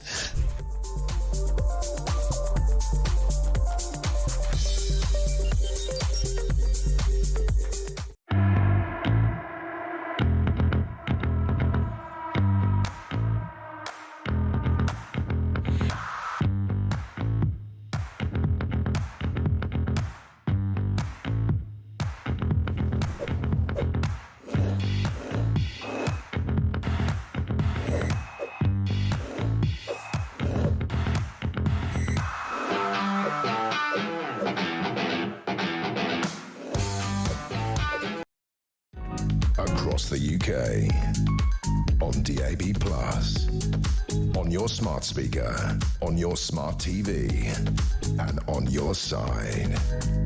This is Talk. Welcome back. Now, Lucy White is with us. She's from the Centre for Migration Control, and we're going to talk now about something that's got nothing to do with migration. You probably don't realise, Lucy, but you hit the spot with me on this one. I'm a the chink in my tough guy armour is I'm a bit of an animal lover. In fact, I'm a great animal lover. I can't stand cruelty to animals. And you want to talk about the campaign to ban non-stun animal slaughter. Now, this is basically halal, a Jewish, the Jewish religion and Islam, the Muslim religion. They don't. They believe that their gods don't approve of stunning the animals first, and you must slit their throats like that, halal and all that. You know, so they just walk up to the animals who are just standing there, and then they, boom, they kill them, you know, and they go, oh, it's done very humanely. Well, the only humane way, if you must kill animals in this way for consumption, the only humane way to do it is to stun them first, so that they go unconscious, and then you kill them, as it were. So all animals in this country are stunned before being slaughtered for consumption, except for religious purposes. So the government's stance on this, the official government stance, I'm going to read the quote, is the government would prefer all animals to be stunned before slaughter. However, we respect the rights of Jews and Muslims, prepared in accordance with their religious beliefs. Now, look, I just think, you know, you want to respect people's religion and their beliefs, but I just think that if religious beliefs involve human beings treating animals in an inhumane, utterly cruel way, then I'm afraid those religious beliefs must be jettisoned. We should put the interests, the welfare of our fellow creatures above the belief of these people that their gods want them not to stun the animals first. So I just think, like quite a few other EU countries, it's time to ban non-stun slaughter. Lucy. Yeah, I mean, I couldn't agree more. This is also a subject really close to me. I don't eat animals, actually, or any animal products. But the other thing to realise is that this is actually an immigration problem as well, because, you know, these... I hadn't thought of that. Good point. I hadn't thought of that. Carry on. Yeah. So halal meat first came to the UK in the 1950s, along with sort of the Muslim population. This is an imported culture. The British do not kill animals in this way. And so why should our animal welfare be sacrificed just for an imported culture? It's insanity, to be honest with you. And what really gets to me is these animals have no voice. And yet, so why on earth should we allow humans to decide that these animals should be slaughtered and suffered in extreme pain? So we need to defend the rights of the animals. If anything, this isn't even about religion or about the humans, it's about the animals.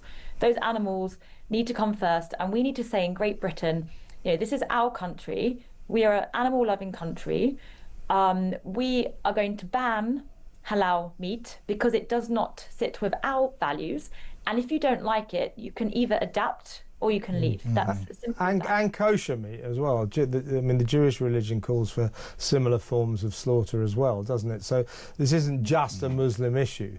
It's two religions that don't stun the animals first because for some reason they believe that their gods don't want this. I'm not quite sure how they work that out. It seems ridiculous. It seems antediluvian to me, medieval, and they should maybe move on themselves because, you know, it can't make any difference, can it? Can I just pick up on something Lucy said there? And actually, this goes back to one of the central problems we have in this country, and that is the issue of the word tolerance.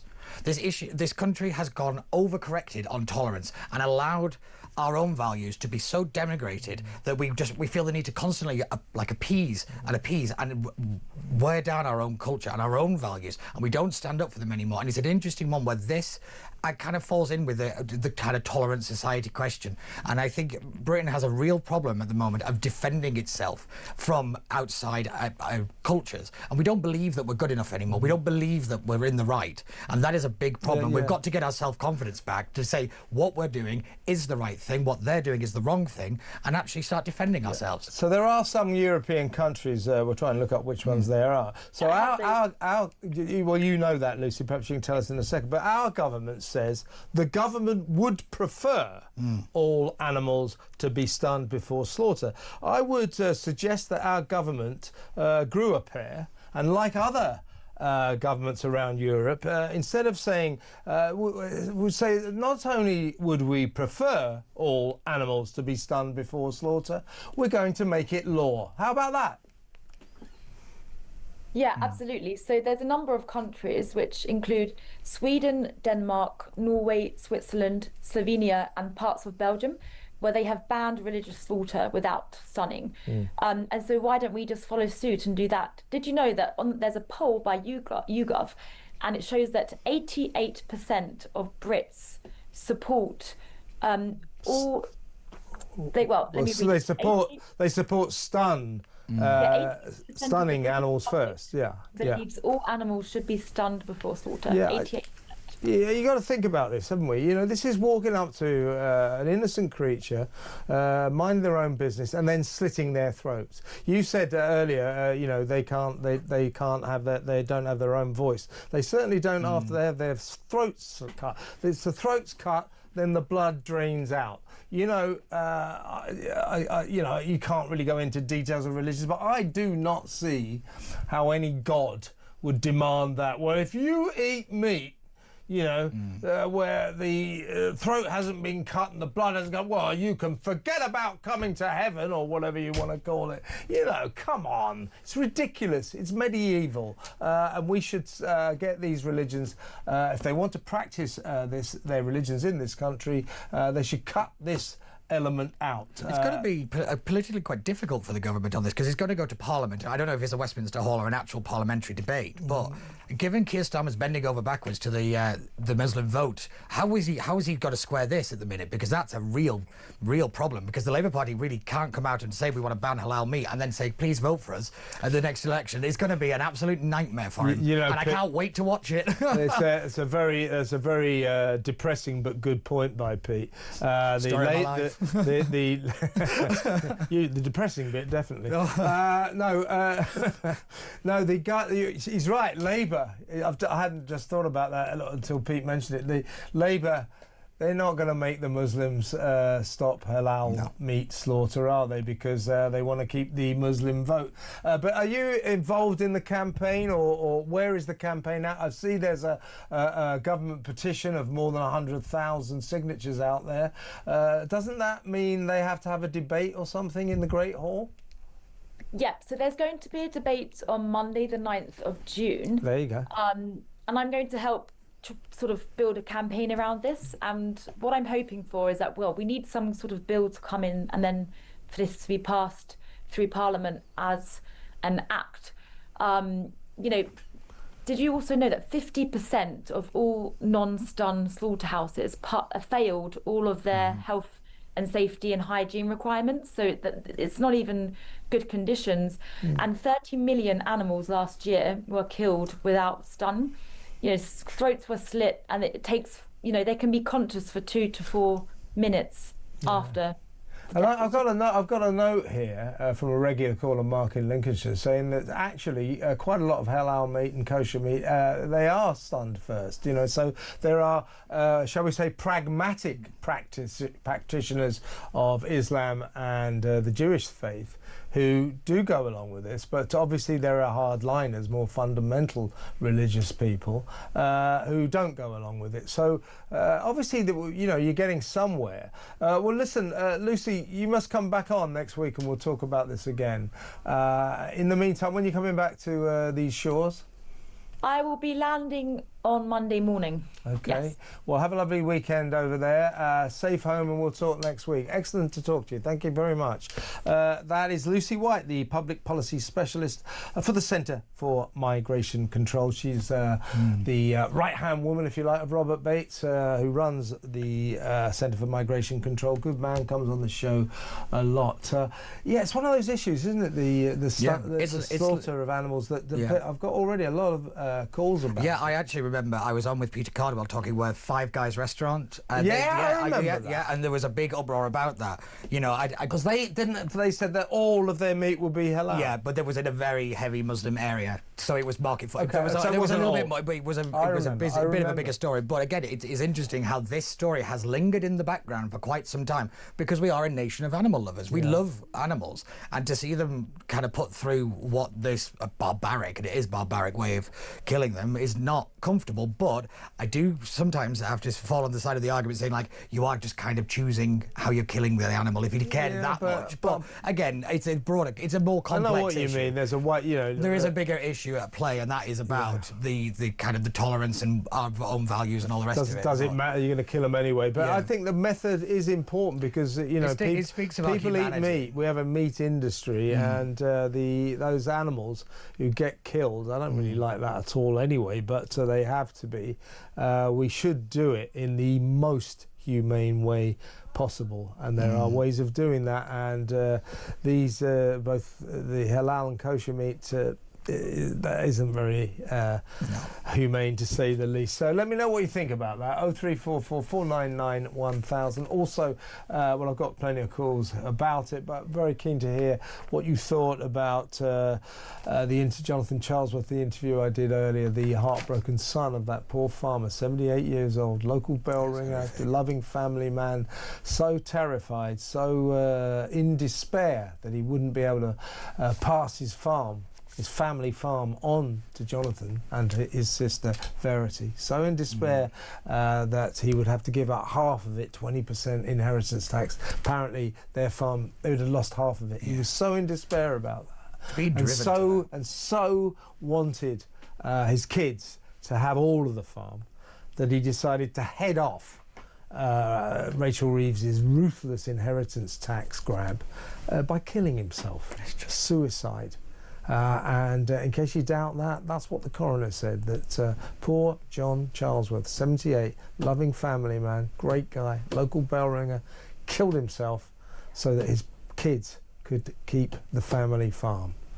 I'm going to say this one more time. Rachel Reeves, Keir Starmer, if you're bringing in policies that are making decent men like John Charles kill themselves, you should have a look at yourself. And you've got to think about that policy, because he may not be the last. Think about it. This is just ruthless, cruel and unnecessary. You're not making any money out of it. Come on.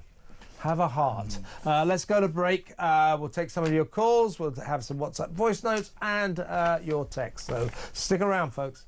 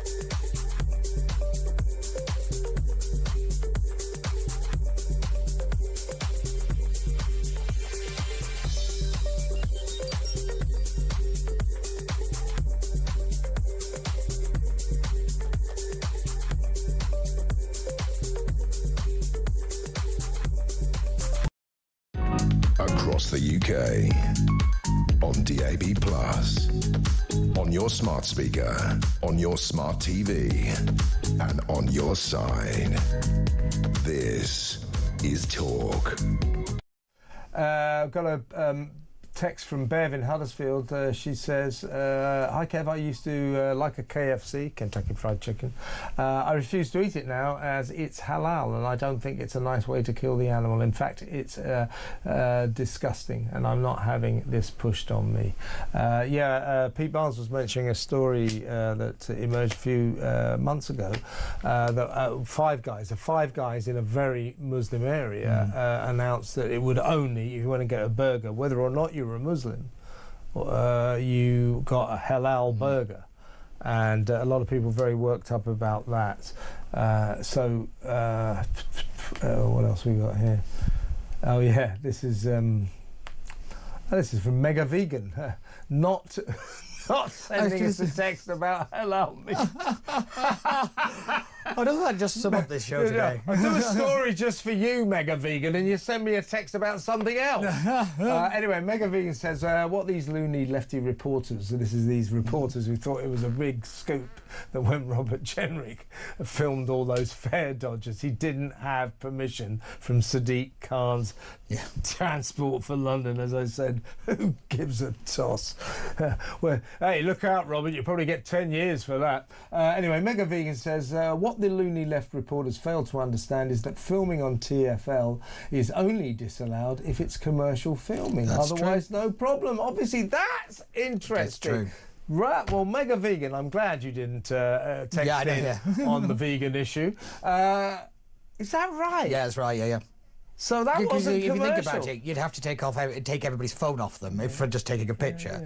So I suppose, in fairness to Henry Riley from LBC and Channel 4 News, I think they didn't say he was breaking the law. They just said he was filming without permission. Yeah. As Again, who Mega cares? Vegan is pointing out, you don't actually need permission. Yeah. My favourite thing on that, and I said it to you off air, but it was the second tweet where he just says, I'm just reporting facts.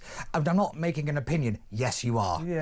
Again, treating people like they're an idiot. Do you know The why contempt. they did it? LBC and Channel 4 News, let's have a go at the Tory. Let's get the Tory. I mean, for God's sake. Here's Ernie.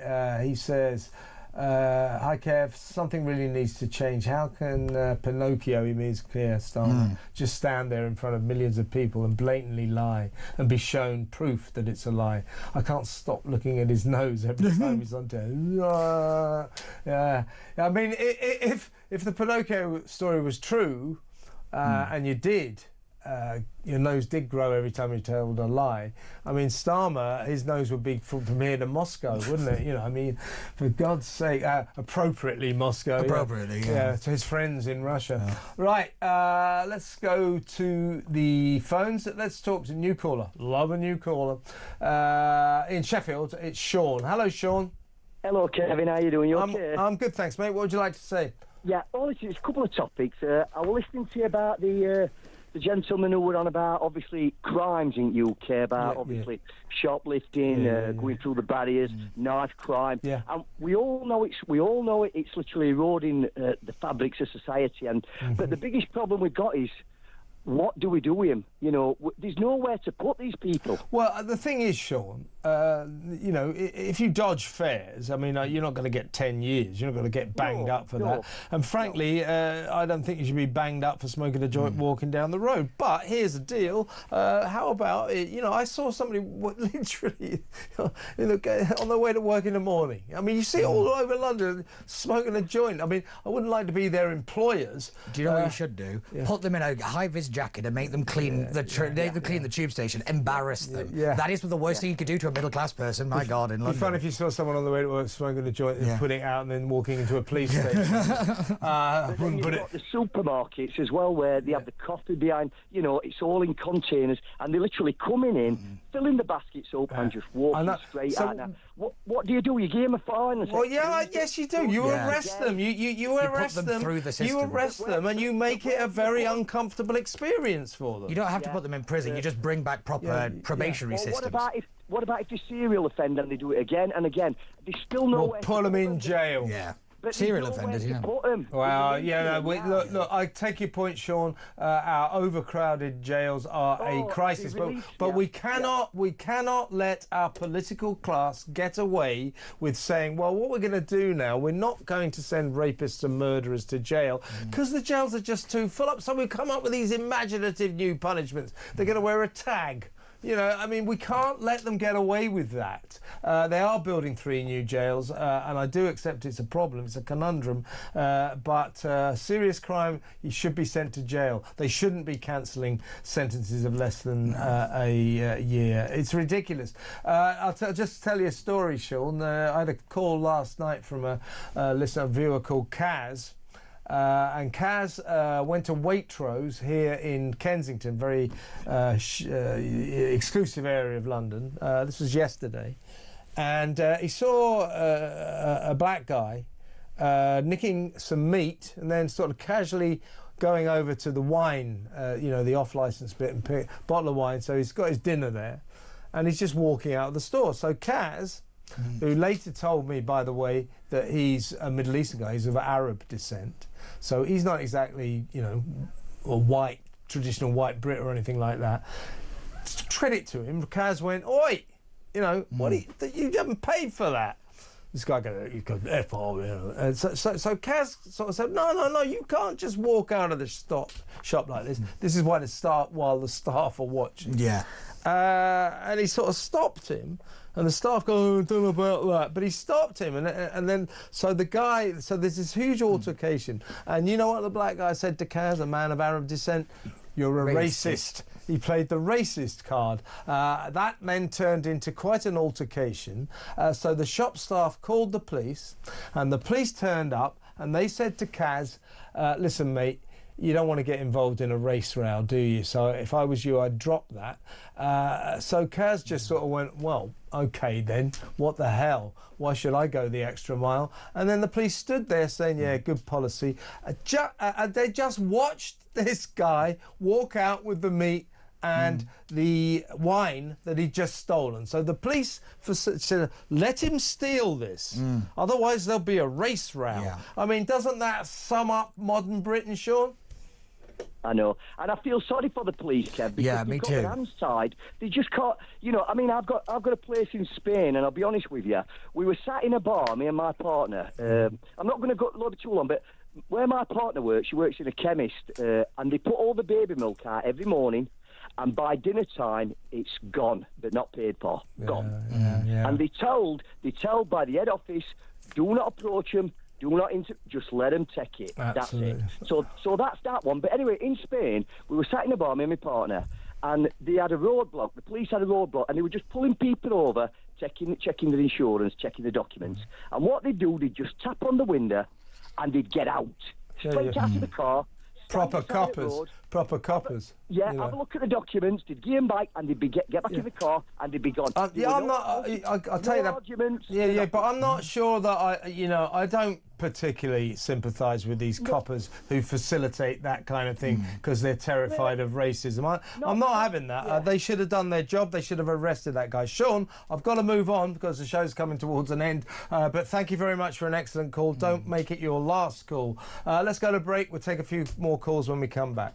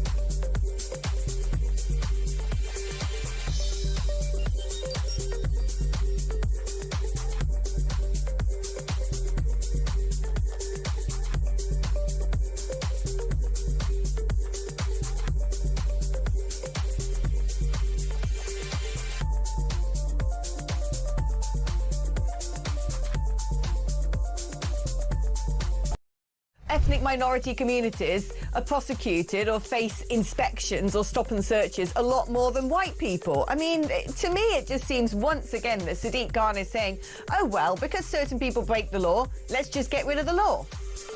Well, the thing with Sadiq Khan, he has never approved of stop and search. He's never liked it. And the truth is, stop and search is a very, very important tool for the police to be able to stop people and see what they're carrying, whether it's knives or cannabis.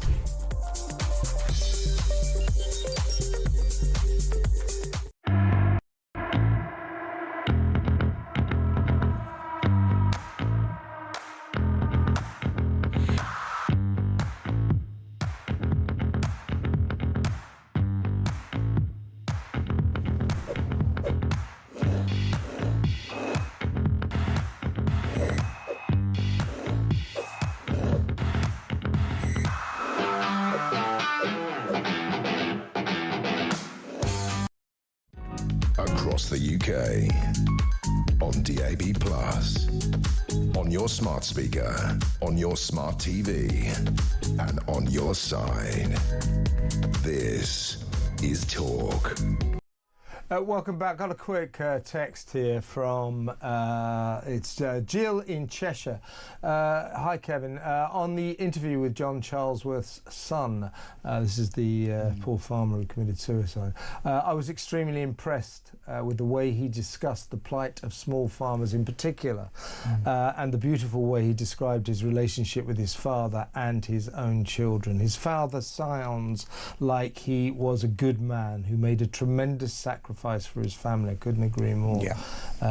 She goes on to say, I was also impressed with your understanding and sensitivity. Oh, there was an incredible interview to sit up. I mean, thank you, Jill, but you know, only a person with a heart of stone couldn't be understanding. I mean, I was quite emotional, and I know you were getting emotional. I mean, you know, when he said, I said, well, how was it your dad killed him? So he said, I found him. Found him. You know, when he said it, it's the image that he'll see every night before he You're goes to walking in and finding your dad. Jill goes on to say, Rachel and Starmer should hang their heads in shame and get out. They are becoming a very real danger to this country. All the best to you all, and all the best to you, Jill. That's a very nice text. Thank you. Let's quickly play. I forgot. Let's play What Just Happened, my show. It starts in 8 minutes. I should have played this much earlier, but here's a clip. Brigitte Macron and Emmanuel Macron. Here is the President of France arriving in Hanoi in Vietnam with his wife. Oh, look, there he goes. A right-hander. She socks him one, as everyone can see, and then they go down the stairs there, and he tried to sort of paint over the situation by sort of grabbing her hand, and she goes like that. And the French... Look at that! As Candace Owens said, boys will be boys. Boys will... but it wasn't a but, yeah. It wasn't a but, yes. Yes, of course, there have been... Boys will be boys. There have been rumours that Brigitte Macron may be more sort of Bill Macron, but of course she denies that. She denied absolute nonsense, of course. Maybe. Right. Let's go. We've still got some time for the phones. As I say, 9 o'clock. What Just Happened? I highly recommend it. Co-starring Samara Gill, my producer. I'm looking at her now. She's giving me a dirty look. So she's saying, "Get on with the damn show, will you?" And also Andrew Eborn. So that's in 8 minutes. There you go. You have been warned. Now let's go back to the phone and talk to Tony in Lancashire. Hi, Tony. Good evening, Kevin. Thanks for taking my call, by the way. You're welcome. I just had to say my condolences goes out to that farmer who committed suicide. And the thing I like to say, I think this government should be in question. To me, it feels like the government murdered that guy. To me, he's like mind games. Yeah. Because of the inheritance tax. He should be in question, no doubt about it. Well, look, put it this way, Tony. That's emotive language, and I understand it. But it's certainly, 100% with that horrible death of poor John Charlesworth, his suicide, that Keir Starmer and Rachel Reeves, with this disgusting policy, their inheritance tax grab on small farmers, they've now got blood on their hands, haven't they? Yeah, can I just chime in here, because it's really interesting you bring this up, because the Labour Party said this would only affect 500 farms. That was a categorical lie. This, because the DEFRA statistics, their own statistics, said it would affect a minimum of 70,000. 66% of farms would be affected. Like, they got up there and they lied. And you're so right about this kind of indecision and the kind of mystery around it has ruined the mental health of farming. Neil Parish, the MP, brought this up in a select committee actually about how farmers have just been treated like dirt. They have, and now look, they've got blood on their hands, Tony. They've got blood on their hands. I've got to move on, but thank you very much for a call. Call me again. That's Tony in Lancashire. Let's go to Mark, a regular caller, of course. Mark in Lincolnshire. Yeah, I quoted you just now, Mark. You got some details about halal and kosher meat, but you're saying that actually not all of it is done in that traditional throat-slitting way. Yeah. The RSPCA did a study on this a few years back, which is where I got the data from. And apparently, it's with halal meat. It's about, I think it's around 70%. I think it was 70% is non-stun. Yeah. So 30% they. 70% is pre-stunned before it's slaughtered. So 30% they do it in the traditional, very cruel way, but 70%. So in other words, quite a few Muslims are pragmatic about this. That's what you're saying, is it? Yeah. I think so. Yeah. I mean, they should be. I think 100% of them should be pragmatic about this. Well, that's my opinion. I don't agree with the practice at all. Nor do I. I'm a full-on Christian, as you know, and it's not something we practice. It's not something I would want us to practice as Christians. So I don't see why in our Christian country they should be allowed to do it anyway. It's not our standard at the end of the day. They should, it's that. It always comes back to the same thing, though, doesn't it, Kev? Because when in Rome, do as the Romans. Do you know what I mean? Yeah, absolutely. That's really what it comes down to at the end of the day. It does. To be honest, kosher is the bigger problem in this country. I mean, luckily, there's not a huge Jewish population compared to the Muslim population. So there's not as many animals. 300,000. Yeah, 6 to 1 is the latest figure. But I just think we should tell the Muslims and the Jewish people, respect to all of them, but the government should say, sorry, no more unconscionable cruelty to animals. Simple as that. 100%. No more. Mark, got to move on, mate, but thank you for an excellent, informative call. By the way, I just want to read this text because I'm angry. It's our friend Mega Vegan again. Oh, Mega Vegan. Right, you've been around me, I'm sure, when I've done this. Yes. Stuff. He says, listen to this. Mega Vegan, just when I was liking you, listen to me now. Listen, right? Because you obviously haven't listened or watched before. He says, are you even aware of the biggest scandal in the States since Nixon? The cover-up of Biden's mental and physical infirmities. You're ignoring this story in favour of typical Trump derangement syndrome. Shame on you. Hey, Mega Vegan, shame on bloody you. How dare you say that? I've covered that story to hell and back. And I do not have Trump deranged syndrome. I'm a fan. Oh, my Lord. Good, you know that. Accusing you of Trump derangement syndrome is the most bizarre Mega thing. Vegan, you've got to watch the damn show, all right? How dare you? Oh, my God. Just saying I haven't covered that story. I do it obsessively, probably too much. You literally wore a MAGA hat on the day he was elected. Yeah, so Mega Vegan, start watching the show and don't make claims like that when you have no idea what you're talking about. Right, that's it. Calm down, Kev. Go away, Mega Vegan. Let's do a quick voice note. We haven't got long to go. It's Corrine. Hello, Kev. Hello, Pete. Hi. It's Corrine here in Montford. Well, I just laughed at you saying that about Key's nose reaching to Russia. No. I'm going to go a bit further. I reckon it goes all the way to Beijing. Good line. Yeah, Beijing, yeah, that is cultural home.